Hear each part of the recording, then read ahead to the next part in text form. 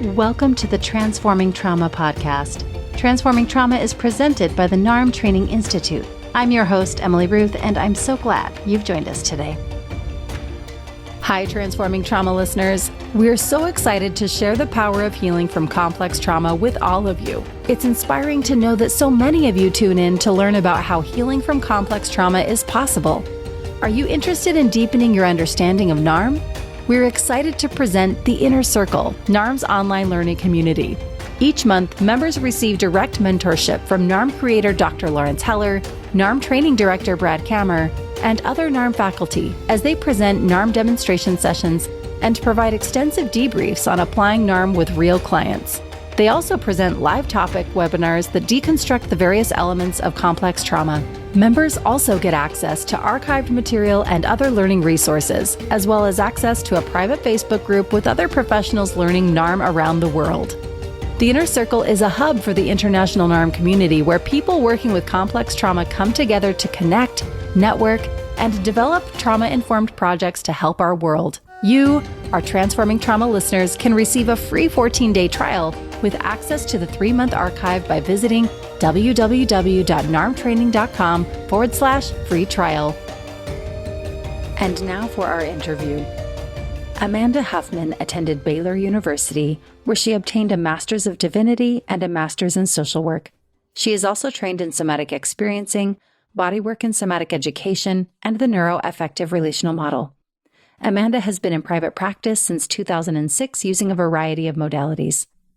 In addition to private practice, she was the founder, co-owner, and clinical director of 2 different intensive outpatient clinics in Texas. Please enjoy my conversation with Amanda Huffman. Okay, welcome Amanda Huffman to Transforming Trauma. We're so happy to have you. I'm so excited to be here. Thank you. Yeah, thank you for joining us. And I'm looking forward to hearing more about the work that you're doing, some of what you've learned in the work that you're doing, and the work that you're developing, and some exciting things coming up in the near future. So if it's okay with you, I'd love to start in a way that you're familiar with, because it's how we start a NARM session. And so please tell us, what would you like listeners to come away with from our conversation today? Emily, I would love our listeners to get really excited about the microbiome and this new frontier of bacterial therapy. I think it's a term we're going to be hearing a lot more of. I hope they walk away with more knowledge and more excitement to live healthier. You see, our health and our mental health, because they're one and the same, it's directly impacted by the diversity of our microbes and the health of our gut lining. Then our gut lining is directly impacted by the food we choose to eat and how we choose to eat it. So the nutrient density of our food is then impacted by the health of our soil, which is directly impacted by our agricultural practices. So we're all intimately connected to one another and to our planet. And after talking today, I hope that others will feel as inspired as I have, that I've been on this journey of learning and healing. And I love the piece that you highlighted about how connected we are to the earth. Yeah. And how traumatized our soil has been, and how that affects us in the food that we grow and eat. As our soil becomes depleted, it's interesting. There's also this thing happening with our bodies. And I'll touch on that a little bit later, how these 2 things, we're losing nutrient density and microbial diversity. And it's really impacting our health and our well-being. Oh, I'm excited to dive into that. So if you could tell listeners, more about the work that you're doing and how you entered the field that includes complex trauma. I have to say it's been an interesting journey, and it's still evolving. I'm a licensed clinical social worker, and I started working in a psychiatric hospital down in Austin, Texas. I was trained in DBT, or dialectical behavior therapy, and I saw a lot of amazing people come to the hospital that needed help with significant trauma.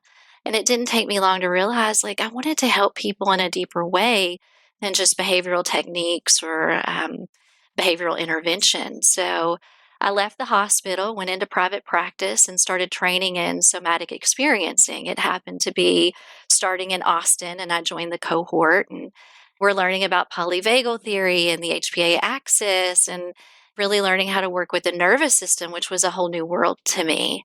And during that time, I also became friends with a psychiatrist, and he was being trained in holistic and functional medicine. So we started having these wonderful conversations about helping people more naturally. Gut health became a big part of what we discussed. And I decided, okay, I'm going to go be a nutrition health coach so I can start to at least integrate discussions about nutrition and supplements into my practice. So these different avenues really started to develop in how I wanted to treat complex trauma. On one end, I'm completely immersed into learning as much as I can about healing trauma as a therapist, right? I'm an SCP. I'm becoming base trained. That's, body work and somatic education. And I'm really starting to develop through that training more skillfulness in just observing the body and skillfulness in my hands as I started to integrate more touch work. And then I started hearing about NARM. And of course, I read Larry's book and I thought, oh my gosh, this is it, right? Like, so many of my clients are coming to me for relational developmental trauma. So few land in your office and go, hey, I have this shock trauma event. Like, I need to work on a car wreck. I mean, maybe more now than 20 years ago when I started, but I knew NARM would really round out what I needed as a trauma therapist. And then there was this other avenue that was developing around nutrition and gut health. And at that time, my understanding was pretty modest, but it was starting to grow. And then there was this third avenue, and it was this little dream of moving back home to central Kentucky and buying a farm, which sounded crazy at the time. But my grandparents were farmers, and some of my best memories were running and playing on the land and feeding baby cows and, all that fun stuff. And so I thought, gosh, how do I bring these together? And I just had this little dream of opening a somatic trauma healing retreat center, something that would be small and intimate where people could come and play with a therapy cow and eat organic food right off the land. And so I decided to do it, and I pulled the trigger, and I moved home in December 2019, right before COVID, and started learning all about organic farming and regenerative agriculture and how the nutrient density of our food has dropped significantly in the last few decades. Some food has dropped as much as 40% in its nutrient loss. And so the pepper that you and I eat today, it is not the pepper that our grandparents ate when they were little.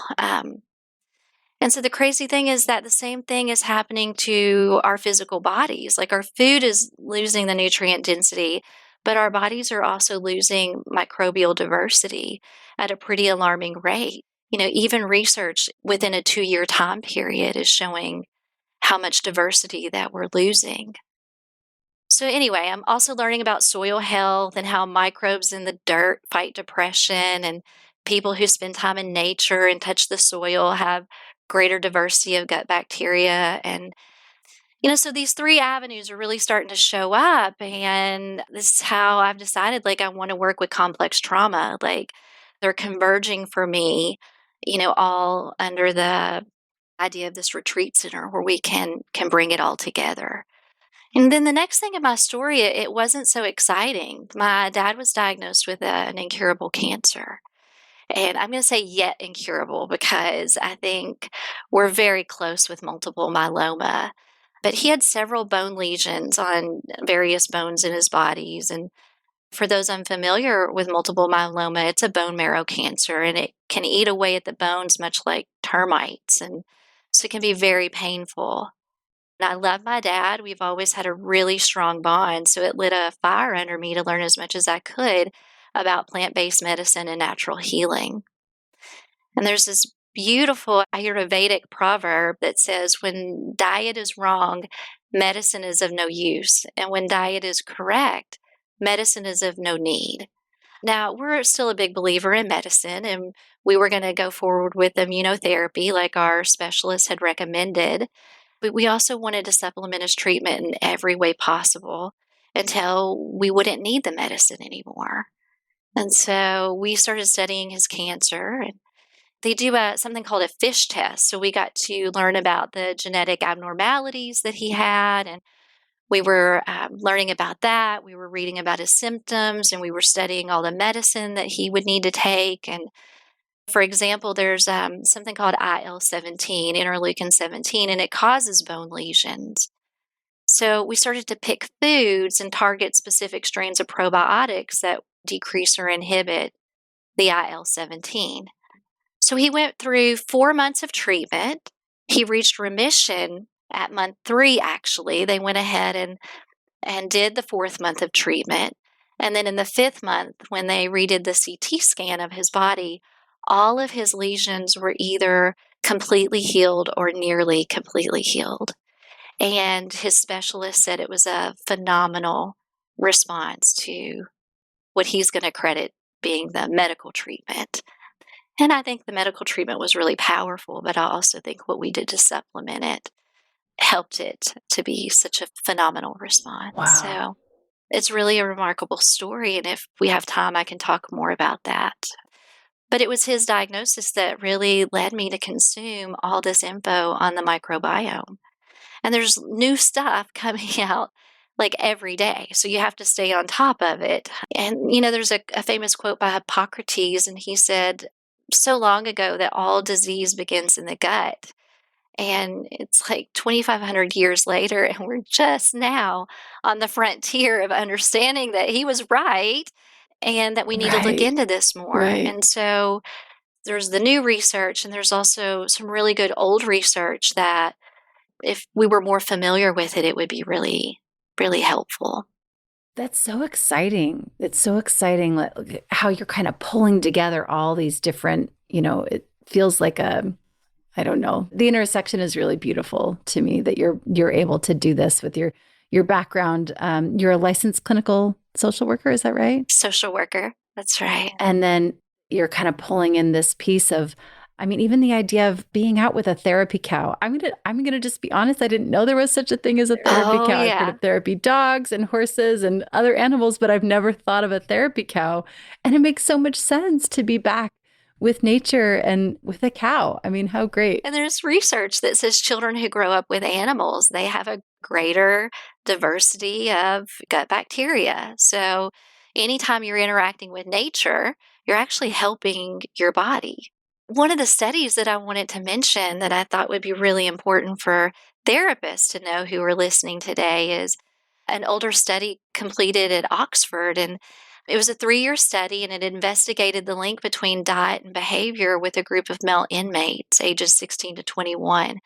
And they found that there was a 40% reduction in behavioral offenses and a 37% reduction in violent offenses just by improving their nutrition. Wow. That is mind-blowing. Yeah. Mind-blowing. It's stuff that it's like, wow, why are we not learning this? Like, that would be so important to know, especially if you're working with people that are having difficulty with aggression. And some of the newer studies coming out are even more interesting. They're finding that specific strains of bacteria can produce mood-regulating neurotransmitters. So they can regulate our cortisol levels. They can actually stop the chronic cycling in a fight, flight, or freeze response. And what we know as therapists is being in kind of a chronic fight or flight state is going to increase neuroinflammation. And then you have depression and anxiety and other mental health diagnoses that we're trying to treat in our therapy office. So it's interesting to find out that some of this kind of really comes down to whether or not we have a specific strain of bacteria in our gut. So sorry, I'm saying wow a lot. I'm just taking it in. But Amanda, if you could tell us, I'm so curious now how you're weaving in NARM to this work that you're doing. This all is fascinating to me. And I'm curious in this. So what are you calling it? It's a retreat center. Is that what you're building? Yeah. And if I can just let listeners know, or you can let listeners know what's happening today. There's some exciting things happening even today on your property. Yeah, there's some really exciting things. I'll be heading out there right after this, but they are laying the foundation for the first cabin and actually the house that I'll be moving into. And they're also going to be finishing up this beautiful glass greenhouse that will allow us to grow food all year long. So I am just, really excited to be out there this weekend. And That is exciting. So, sorry, I kind of threw like three questions at you at once. So could you tell us a little more about how you're weaving NARM into this work? I'm really interested in how you're doing that. I think it might be helpful to talk about a specific client story. I had a female client come to me, and she had heard a little bit about what I was doing with nutrition and gut health, and she was like, I wanna improve my lifestyle. I wanna start exercising more. I wanna learn more about what I should be eating and what not to eat." And so we do a couple of sessions on this, but week to week, she's not implementing any of the changes.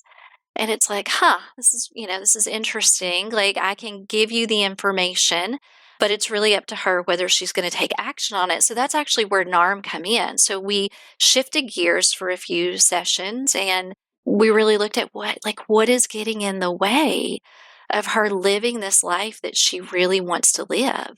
And she started doing this really good, deeper trauma work on early relationships with her mom. There was actually some pretty significant emotional and physical abuse, and it all related to this idea, like, she can't succeed, right? She had to keep herself small. Success would be punished, it would be ridiculed, she would be made fun of. And so as we started to work with NARM and help her with some of this older developmental trauma, then she was able to shift and start integrating some of the lifestyle choices that she wanted to make. That is so powerful. Yeah, so I see him as very complementary. And not just complimentary, like I'm hearing it's a really integral part of what you're doing because like you said, you can give everyone, the client the information. They can know what it is that they want to do to achieve kind of these health transformations that they're looking for. But if there's something getting in the way, like that developmental trauma piece, getting in the way of them actually acting on what it is that they really want for themselves, that's huge. That's really huge. Yeah, and we see it, it's so pervasive, right? It's like we all pretty much know that we need to eat less sugar and processed foods, and we need to eat more leafy greens, and yet the majority of people aren't doing it. And so that's really where something like NARM can help people explore, like, what's happening, like what's holding them back. I'm just integrating some personal information right now, taking notes, thinking about, okay, you're right. There are things that I know I want to be doing to support my physical health. Like I want to lead a healthy life and have the energy, to be with my family and loved ones. And yet there are still some pieces that I'm not doing. So right now in this moment, I'm just getting really curious about what's in my way. So that's really beautiful to hear how you're using NARM and supporting clients with that. So tell us more. What's the next step for you? Well, I think one thing I would like the listeners to know there's so much information out there, right? Like, this is so accessible if you spend a little time looking into it. And one of the microbiologists that I follow, his name is Kiran Krishnan, and he has some really fascinating research, and he's really great to listen to. Actually, he's very personable, and he really helped bridge the gap for me between why gut health and why trauma are so linked. And as trauma therapists, we know we experience a threat. Sympathetic nervous system gets activated. Blood starts to rush to our muscles, our brain, other areas of our body because we need to prepare to run or fight. And what he helped me understand is that there's also in this process, it's happening through a stimulation of our immune system. And that stimulation then increases inflammation. Simultaneously, the HPA axis is being activated and cortisol is being dumped into the gut. So the problem is that cortisol produces something called interleukin 6. So IL-6 can make its way out of your gut through leaky gut. So cortisol is producing IL-6, it's making your gut very leaky, and the IL-6 will leave, it'll travel to your brain, it will reactivate the HPA axis all over again, more cortisol gets dumped, inflammation goes up again, and now we're in this cycle of kind of chronic fight or flight. And it's interesting because it'll keep happening unless we have the right microbes to manage the cortisol. And this chronic kind of fight or flight state is typically the place where we as therapists will see clients come into our office. So in Karen Krishnan's research, they found that there's a specific strain of bifidolongum, which is bifidolongum 1714, and it actually has the ability to regulate cortisol and to stop it from making the gut leaky. So what we know as trauma therapists, again, is that our work is crucial in helping people regulate their nervous system. We need to help them connect with parasympathetic states of rest and digest. And if we aren't getting into a parasympathetic state, then the gut isn't moving, the peristalsis isn't happening, and we aren't absorbing the nutrients. So we can help them ease patterns in life that add to constant triggering of the SNS. What we might not know is that the addition of a quality probiotic and a specific strain of probiotic can really aid the work that we're doing. On a side note, just another interesting tidbit about it is that that specific strain also increases theta waves in the brain. Theta waves are what we experience when we're meditating. And then they also improve sleep because when it blocks cortisol, cortisol can then block the expression of something called BDNF. It stands for brain derived neurotrophic factor. And we don't want that blocked, right? We want to have BDNF because it helps the brain repair itself from inflammation while we're sleeping overnight. So, this one probiotic can help depression, anxiety, sleep, and the ability to manage stress, kind of expand our capacity when we bump up against stressors in life. Gosh, I'm just kind of taking this in. So when you work with clients, how does this process look? So you're integrating the NARM to help them see what's getting in the way of them moving through this process. But what else are you doing? Because there's so many pieces I'm hearing you say.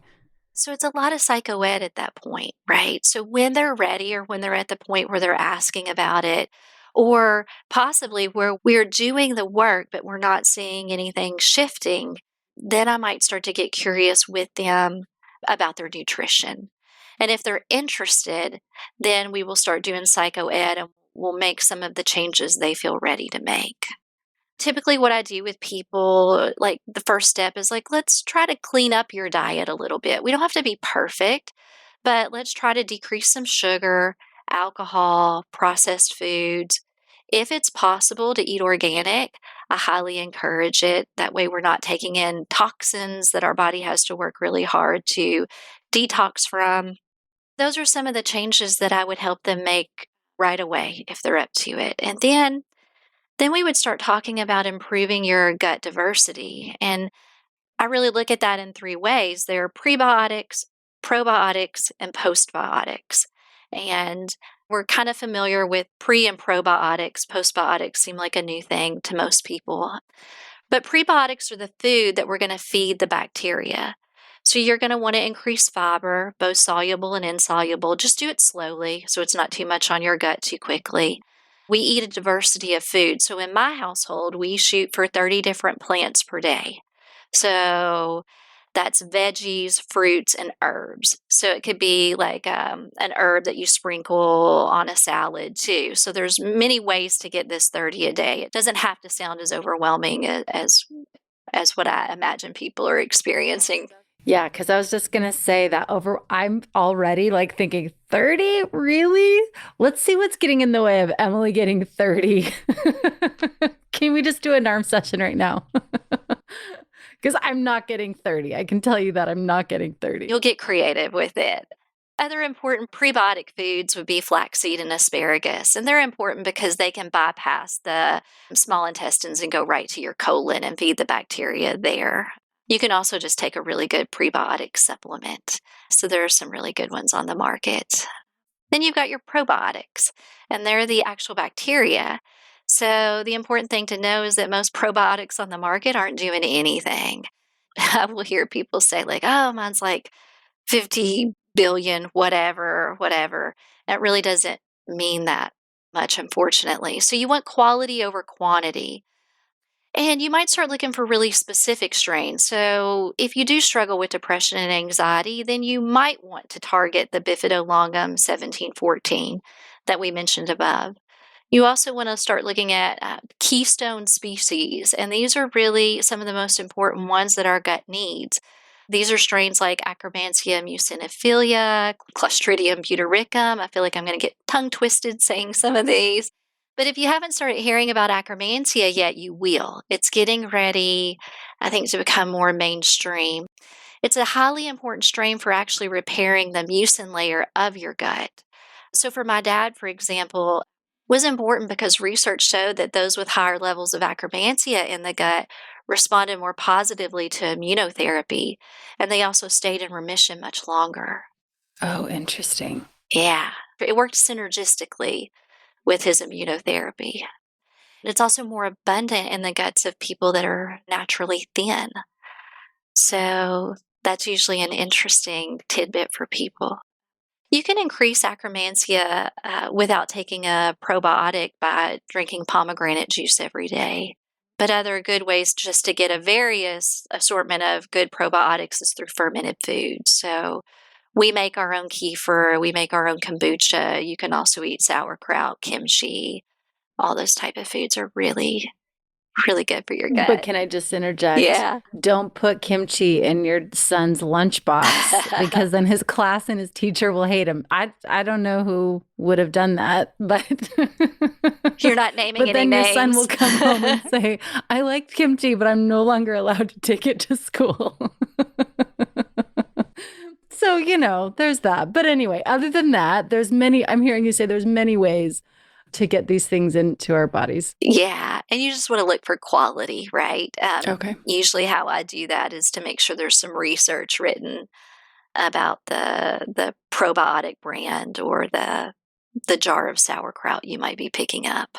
The other thing I might mention here is that spore-based probiotics are actually very important. And this was something that was a little bit newer to me. But these bacteria are ones that have survived like hundreds of thousands of years. They were able to survive because they encapsulate themselves when conditions aren't ideal for them to grow. And they're also really smart. So they engage in something that they call quorum sensing. So essentially, when they hit our gut and they kind of come back to life, they look around and they're reading the gut. They know what microbes are there, what needs to be there, or what doesn't need to be there. And they will start feeding the good bacteria. And they go kind of like sit with the bad bacteria and start competing for food until they starve the bad bacteria out. Now, something like that's really important for people with C. diff. Like if you've heard of C. diff or if you know anything about it, it's a spore-based pathogen, and it actually kills a significant number of people a year because it's so hard to get rid of. So if you have C. diff, definitely look into spore-based probiotics. And the other neat thing about them is that they have the ability to shift our gut by 30% within just a few weeks. And what is it shifting? When you say shift the gut by 30%, what is it shifting into? It's feeding the good guys, right? It's helping to bring these good guys back to life. It's helping to increase their numbers, and it's helping to starve and kill off the pathogenic bacteria. Okay, can I ask a question here? Yes. This is where my brain is going. Because I remember reading on your website, and I know I've heard it other places, that the gut brain actually can have more influence over maybe I'll let you, because you're nodding your head. I can tell you know where I'm going with this. So tell us a little bit about that and how what you're doing or what you're helping clients to do, how does that influence their whole experience? Yeah, so actually far more, I think like 95% of serotonin is made in the gut, not in our brain. Like we think if we're taking an antidepressant that serotonin's being created in our brain. It's really that we're affecting our gut health. So you're really kind of starting to shift the way you think about our overall health. Like as your gut improves, as the mucin layer improves, as you get healthier bacteria, as we starve out the poor bacteria, like that is going to literally impact everything. Because When it's not healthy, it's creating all this inflammation. Now, for you, it might go to your brain and be neuroinflammation, and you might struggle with depression, anxiety, ADD. For my dad, the overstimulation of the nervous system, what happened was with myeloma, there's this, we have immunoglobulins, it's our immune system, and they become monoclonal, meaning that it produces this one type over and over and over and over and over again. And they're not functional. So it's not like he's getting a supercharged immune system in this way. So your inflammation might hurt your brain. His inflammation hurt his immune system and started to produce multiple myeloma. And yet, when we look at the root of it, if you're going to start hearing this a lot with functional med, it's like root cause medicine. When we get back to the root, we're really going back to like, how do we balance the gut? How do we move out of a dysbiosis might be a term that you've heard, where there's like an imbalance in the good and the bad bacteria.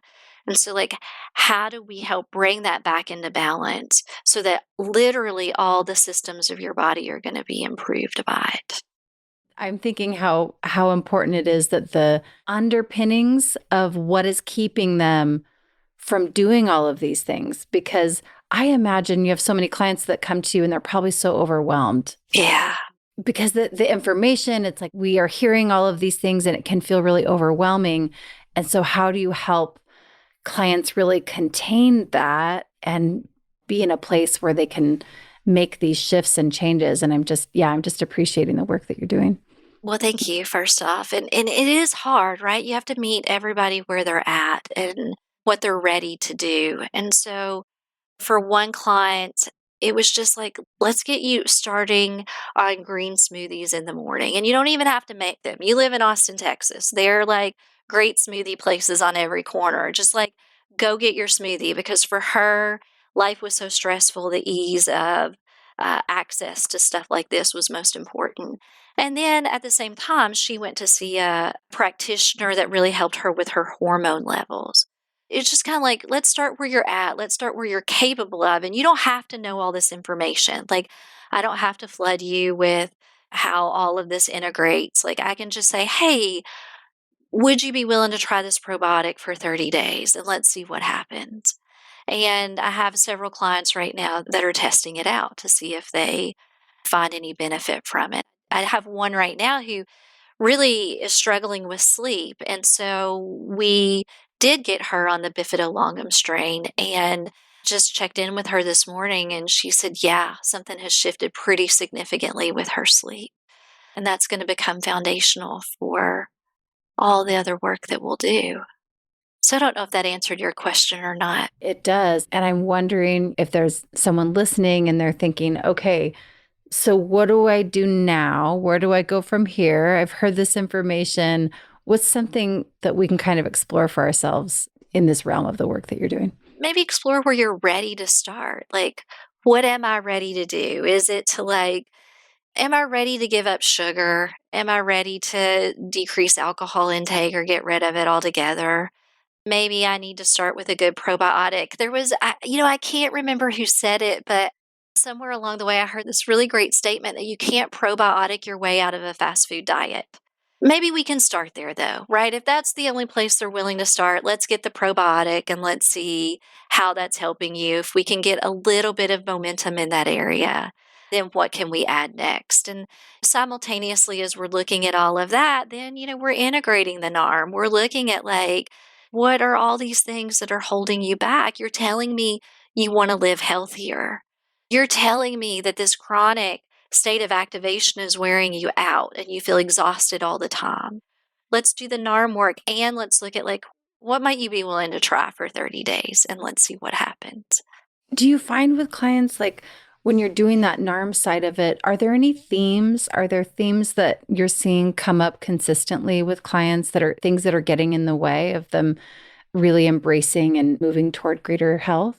I think overall, it's like self-worth, self-love.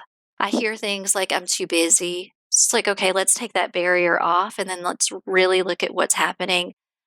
For some of my clients with, like sexual abuse trauma, there could be this really strong disconnect from even wanting to improve the body. So that might be an area that we would have to look into first with NARM, and then the rest might be able to follow. That's really helpful to kind of just be holding what are some potential blocks that we might just explore and just see, if it's a theme that's in their life that's playing out. So that's really helpful. Yeah. Well, gosh, I'm just appreciating again the work that you're doing. And I wonder, I don't know if we already talked about, what you've learned for yourself in this process, maybe around complex trauma or in this field that has really helped you that you would want others to know. I think complex trauma is complex and our bodies are complex. And, kind of at this new time in our history, we're starting to integrate our fields. We're coming together more. It's not like therapy is just out here on its own and nutrition is out here on the own. Like, I'm seeing more people work together. And that's what we need to do. We need to look at trauma through different lenses. Things that activate a trauma response might cause us to get stuck in a fight, flight, or freeze. Like, yeah, maybe we come into therapy to work on that. But we also need to look at nutrition. We need to look at the right supplements. We need to decrease cortisol because it's wreaking havoc on our body. We need to look at our habits, like binge watching shows late into the evening. And that's really disrupting our sleep. So I would say, in general, we have to stop compartmentalizing our body and our brain, that we're one system, and that we really need a whole body approach to our mental health. That last piece, we need a whole body approach, which again, it sounds like that's really the work that you're doing. And with this, I'm excited to hear more in the future about your retreat center. And it sounds like you're including a lot. It's very integrative and very nature-based. So I'm going to be tracking your work. And I wonder if you could share with our listeners how they can find you, and if they like to be tracking the work that you're doing, how they can do that. They can find me on Facebook and Instagram, and we're posting more pictures. People were wanting to see what was happening, so I had to do a little bit better of a job of posting pictures. My practice is amandajhuffman.com, and if you visit my website, you'll see the links where you can follow both my practice or the development of the farm. I'm hoping that it will be open in the spring. People might not want to visit yet because the garden will just be getting started, but in the summer and the fall, we should be in full swing and it'll be ready to go. Wonderful. Well, I'm going to have to take a trip out to Kentucky and visit your space. I'm so excited for that. And thank you so much for taking this time with us. And we'll be sure to put those links in the show notes for anyone who's listening that would like to just check in and see what you're up to and see those pictures on Instagram if they would like. Absolutely. We would love that. And thank you so much, Emily. I'm really excited to share this information. There's just so much that can't be covered in one podcast, and hopefully it'll be a start and people will get curious. Wonderful. Well, thank you. Yeah, thank you. Thanks so much for joining us for today's episode. To find more about our guest and their work, check the show notes or visit us at narmtraining.com/transformingtrauma. Are you interested in deepening your understanding of NARM? We're excited to present The Inner Circle, NARM's online learning community. Each month, members receive direct mentorship from NARM creator Dr. Lawrence Heller and NARM training director Brad Kammer, access to NARM demonstrations with extensive debriefs, and the opportunity to engage with the hub for the international NARM community. Dive in with a free 14-day trial and access the 3-month archive by visiting www.narmtraining.com/free trial. Thanks to Andrea Klunder and the Creative Imposter Studios for producing and editing, to Tori Essex for our album art, and to Brad Kammer for the creation of this podcast. We look forward to building community, connection with you, and changing the world by transforming trauma.